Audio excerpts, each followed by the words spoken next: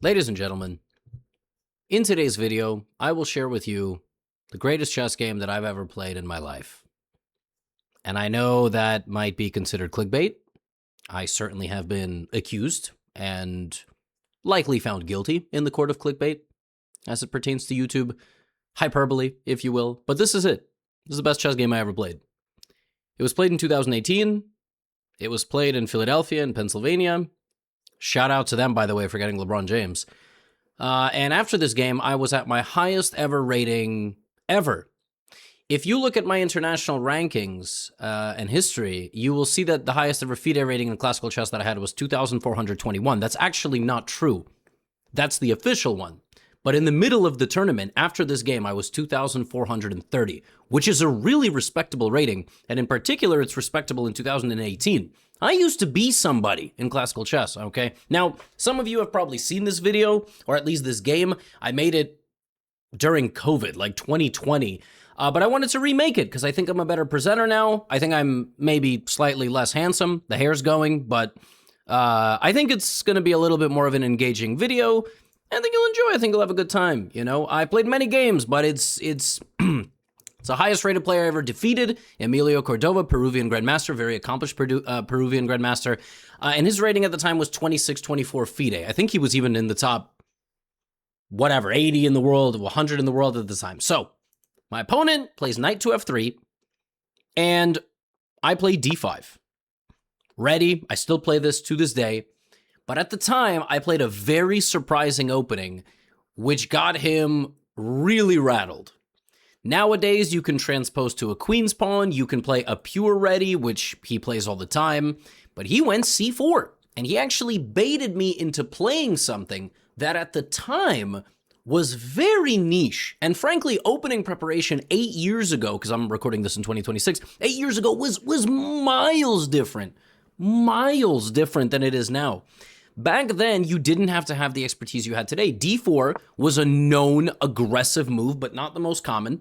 And now, white could either play e3, g3, or b4. And at the time, b4, black could play moves like c5, gambiting the pawn, looking to establish knight c6 and e5. There were some other moves after b4, like f6, to try to play e5 as well. It was very imbalanced. Nowadays, a lot of grandmasters go into this position, but at the time, there was probably less than like 30 games in the database at master level. And the move that I played was g5. Let me tell you something. I didn't know a damn thing about this move when I played it. I just knew that you are trying to give away a pawn to the enemy knight, but in doing so, you immediately attack the knight, you gain control over the center, and you also are going to win a pawn back instantly. So you can't take the pawn on g5. I think Czech Grandmaster David Navarra invented this move a few years before it was played in this game. And after this move, my opponent thought for nearly 1 hour. 48 minutes. Can you imagine? 48 minutes to play a move. You could play like 20 bullet games in that time. It's just fascinating, right? Like the different game modes of chess that there are. Clearly, my opponent had been surprised. Maybe he briefly analyzed this move, but he was trying to work his way through and understand the position. There's many lines. The best line is actually the one that he chose in the game, but also Stockfish has evolved so much since 2018 that it's really captivating to look at the analysis now versus what it was back then. Like back then you could play h3. And then, black could continue to play this gambit, or black could play h6. There were some other ideas back in the day that you could also play. For example, bishop to b2, bishop g7, and then they can take. Or maybe they go queen b3, trying to stabilize everything, whatever. Anyway, he went queen a4 check, and this move has an idea. The idea is to get me to block this check and commit to something. If I block with the bishop, my queen no longer guards my pawn. If I block with the knight, the same thing. And this is a pretty bad move because you don't even attack the queen. It's just a bad move. You lose control of the position. If I block here, this is not a very good move. I'm immediately in danger of being attacked in some way. If I block with the pawn, which is the move that I played in the game, which at the time I thought was the best move. I'm not actually sure it's the best move anymore, but it's close. If I play this move, I never get to play c5, and I also don't get to play knight c6 should the game change a little bit more. And then he went queen b3. Now, this little idea, queen a4 check, c6, queen b3, had something in mind. There was an idea behind what he did, and I failed to fully realize it. There was something pretty nasty about this little idea, queen a4, queen b3. What I should have played now is I should have switched up, and I should have followed up my play with, apparently, not the move g4, because then he would take on d4, and if I did this, he would immediately win my rook. That's kind of the idea of what he's trying to do. I should have played e5, which I would have never in a million years considered. The point is that I'm now gambiting this pawn instead of the g-pawn, and if he takes this pawn, I attack his knight, so he probably has to move, and let's say he goes here, and Stockfish is like, yeah, black is just better. Stockfish is like, you lost the pawn, but you're better. Why are you better? The way that white's pieces are set up, white is going to have tremendous difficulty developing. And since he's not going to be able to develop, his pieces are going to be tangled, and, you know, if he tries to go here, you just castle, he's going to have to develop the knight to a3 into c2, and in that time, black is going to get all the pieces into the game and start firing away at the queen side. And still the position's around equal, but black is better despite being down a pawn. So I should have apparently played e5 and just, like, chilled. Just chilled. My compensation for the pawn is the fact that my opponent's just not in great shape in terms of development. But I went bishop g7, he took, and I took the center, and now he showed me the second idea behind his play, queen g3. So queen a4, queen b3, queen g3, and I actually remember my emotions during the game. I remember thinking, all right, so this didn't work out. Like, I don't think this is panning out too well. He's trying to go for knight e6, so I defend knight e6 with the very creative move queen e7. Now, queen e7's a bad move, but the best move according to Stockfish is knight e7, and if he goes knight e6, I take, he goes here, and I'm down a pawn, but life goes on. He's going to go h4 and try to play h5. I play h5 myself. Very fascinating position where, again, black is a pawn down and doesn't have the bishop pair, but somehow is doing okay, somehow surviving. I was on my own, though. I played queen e7, and now knight e6, of course, would be met with pawn takes. And my opponent went knight e4, attacking my bishop and looking for knight d6 check, because if I take, he takes. And I played king f8. And so from the opening, I'm worse.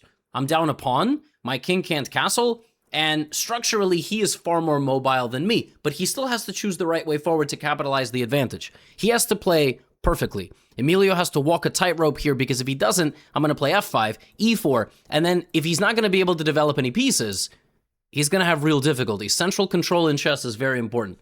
So he goes b5. I anticipated this move. I cannot play c5, because he can actually just take it, and then he's going to win my queen.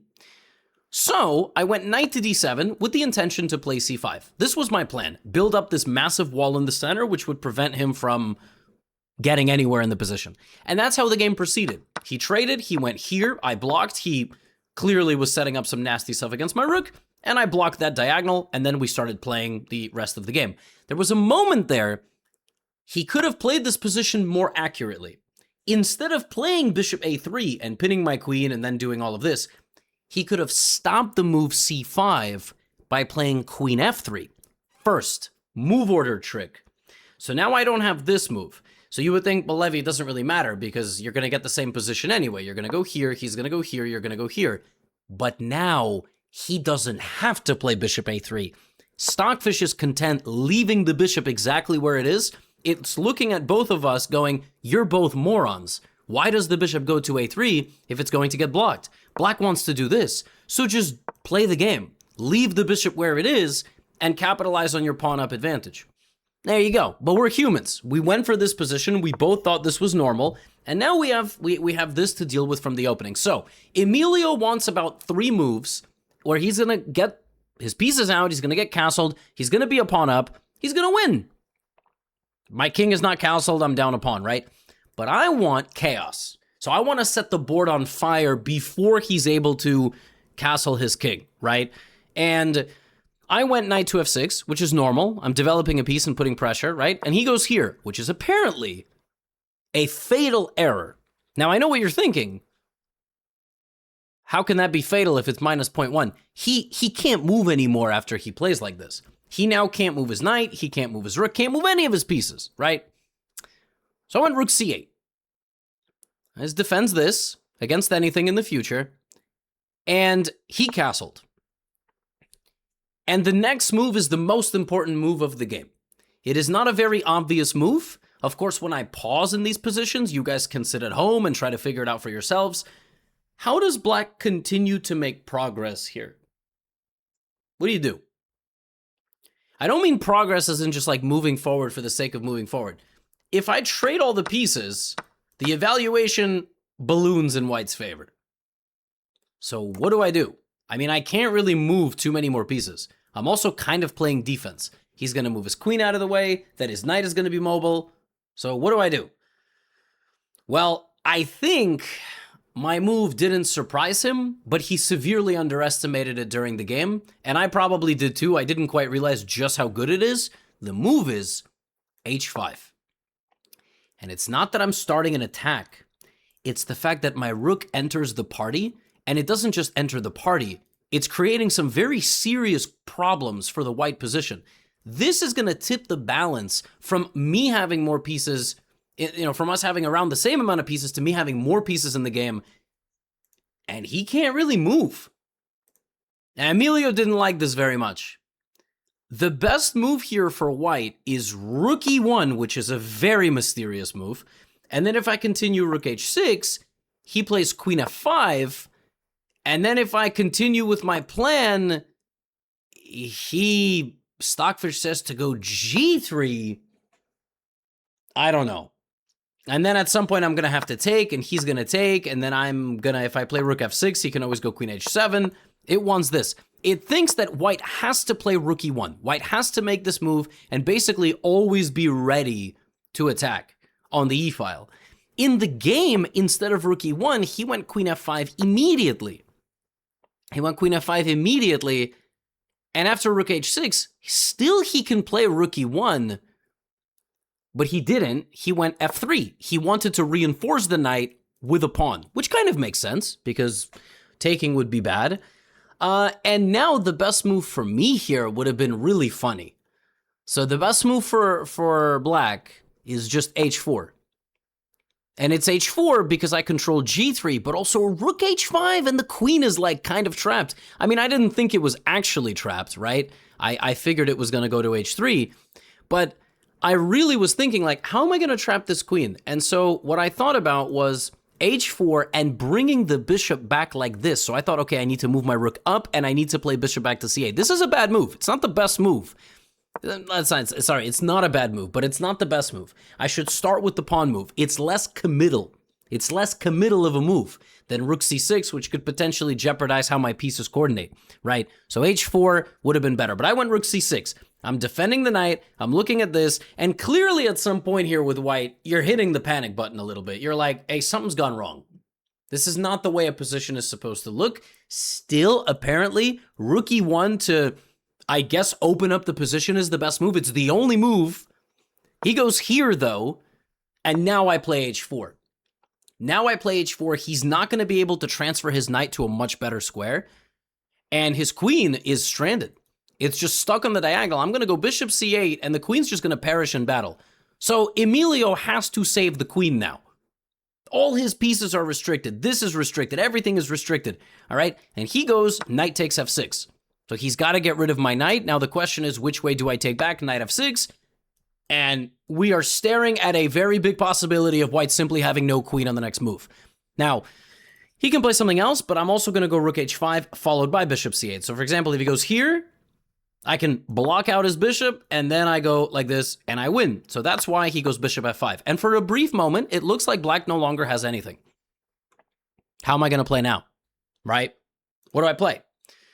I can try to be a little bit vicious here, but I actually play a move that I think, in retrospect, is just a very chill, improving move. All of my pieces are doing something useful. All of them, even this bishop. I know it might not look like it, but long term, this is a problem. So which of my pieces is placed the worst? The king. The king. I should go king g8. This is, moves like h5, h4, rook h6, king g8. This is the type of chess that I'm good at. And when it was 2018, and I was rated 2420 FIDE, like, king g8 is just a super chill move. Now white's got to figure out what to do. And he apparently has to go bishop c1, which is pathetic. That's a miserable move. You never want to play something like that. You don't actually ever believe you're going to open up this diagonal. But in the game, you know, he took, and I took, and this was a bad move. Apparently here, I had to play knight h5. On this moment, I needed to seize the initiative, not spend the tempo winning the pawn back, and I had to go for knight f4, etc. So if my opponent went d5, knight f4, queen g4, I have this, and apparently I'm just completely winning here. It's not that I'm trapping the queen, it's that I'm getting my, I'm pushing the queen all the way back out of the position, and then apparently it's just mate pretty soon. Queen d7, queen h3. Like, had I won like this, I think I would have been scanned for cheating devices at the venue. I didn't go knight h5. I played what I thought was a simple recapture move, pawn takes d4. Still, Emilio cannot get his pieces into the game, and it is the final moment that he can make a move, which is bishop c1. That is the only move. I think he didn't play here because I always have d3 ideas. So I'm always looking at d3, if takes, knight h5, the rook is hanging, this is coming, he's just going to lose. So he didn't play that. Instead, he went king f2, trying to get his rook to the file, but now the game's over. So the problem is, you can be down material, you can have less pieces participating in the game, but if on top of that, your king is weak, the position begins opening up, that's when you're actually going to lose. So right now, he is playing without 11 points of material. Frankly, you can argue 20. I mean, I have never done this to anybody in a chess game since this game or before this game was played. This was my most dominant victory of my chess career in classical chess, for sure. I went rook h5. Every single move that I played from here until the end of the game came with a crushing thud. Every single move. Rook to h5 is a nasty move. Do you know what rook h5 actually sets up? You would think, obviously, you're targeting the bishop. No. I am trying to go bishop h6, bishop e3 check, pawn takes, queen takes, checkmate.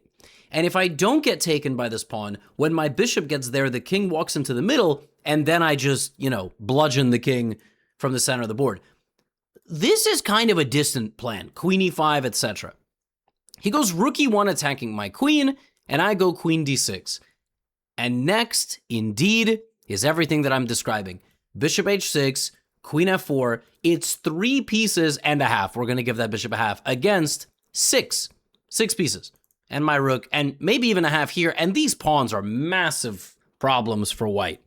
Finally, he goes d3. He is ready to bring back his bishop, so I play bishop to h6, and this isn't coming. And once I get there, it's a wrap. Rook g5, queen f4. Don't forget, this rook can also infiltrate from the other side. So I go bishop h6. Emilio, feeling the pressure, plays rook e4. I'm not going to scream sacrifice the rook. That is a very sad necessity to have to play. The position is so bad, I don't even have to take the rook. Apparently, I can just play rook takes bishop, which is really disgusting. I can play rook takes bishop, and if he takes me, his queen is trapped. Talk about nasty, yeah? He would have to go something like this, then I would go here. Just terrible. But in the game, I was like, I should take the rook, takes, and queen e5. And now I'm going rook f6, I'm going to take the bishop, and at the end of the day, he's going to have 2 pieces versus my 5 that are playing. He is still playing without 3 pieces on the other side of the board. He runs with his king, but it's over. Rook takes f5, he can't take with a pawn, he takes with a queen, and simply queen takes h2. And this is the end. This is the end of the game. I'm threatening queen takes g2. I'm threatening rook g6, rook g2. He can finally break out. This would still come with a thud. And if this, bishop g4, look at this checkmate. Look at this checkmate. Look at this. Absolute evisceration. So he goes to h3. Oops, he goes to h3 to try to trade queens with me. I come back. I'm threatening still all sorts of infiltrations.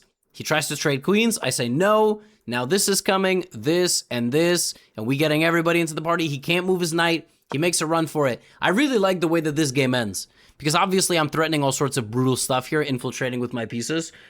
But the way this game ends is so, it's a chef's kiss. King to d1, right? Of course I can play rook f6, rook f1.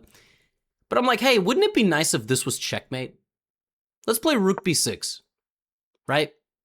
Rook b6, nice move. I'm threatening rook takes b1, queen to d2, checkmate. I was sacrificing the rook before it was cool. He should probably go back with his queen, but then I would play bishop c8, bishop g4. So he goes here, and I anticipated this, and what's funny is that these last two moves, running the king over here and trying to save him, walk directly into bishop c6. The bishop, which developed itself once, that's it, it never moved again, makes the final move of the game, bishop c6. The threat is bishop a4, which is quite literally checkmate. Just make a move and threaten mate in one, and white just doesn't have a defense. If he runs back, he gets hit with all this. He doesn't have a move. He just straight up doesn't have a move. It's insane. And he resigned. And yeah, I mean, the pure, jubilation that I felt after a victory of this magnitude, is hard to understate. He and I have played each other over the board quite a few times, but that was last decade. That was when I was a chess player. I was a full-time chess player. This was right around, I think, after I graduated college. I was playing chess. I was teaching chess. This was, pre-pandemic. Wasn't making content yet. And what can I say? What can I say? This is best chess game I ever played. It's not even close. And since then, I have lost 100 rating points, and I think Emilio might have even lost more. So, chess is hard. Classical chess is hard. To be a modern day 2400 is a difficult task. Being a 2400 in 2018 was impressive, but being one today is also a whole nother ball game. That's all. I hope you enjoyed the video. I don't do a lot of remakes, but I wanted to. In case you haven't seen this game. Anyway, guys, you know the drill. Signed copies of this book. And we added a tour stop. I will also be in Antwerp, Belgium. So if you're going to be in Europe in October, November, come see the show in Köln, Antwerp, Amsterdam, Zurich, Paris, London. Can't wait. See you there. Get out of here.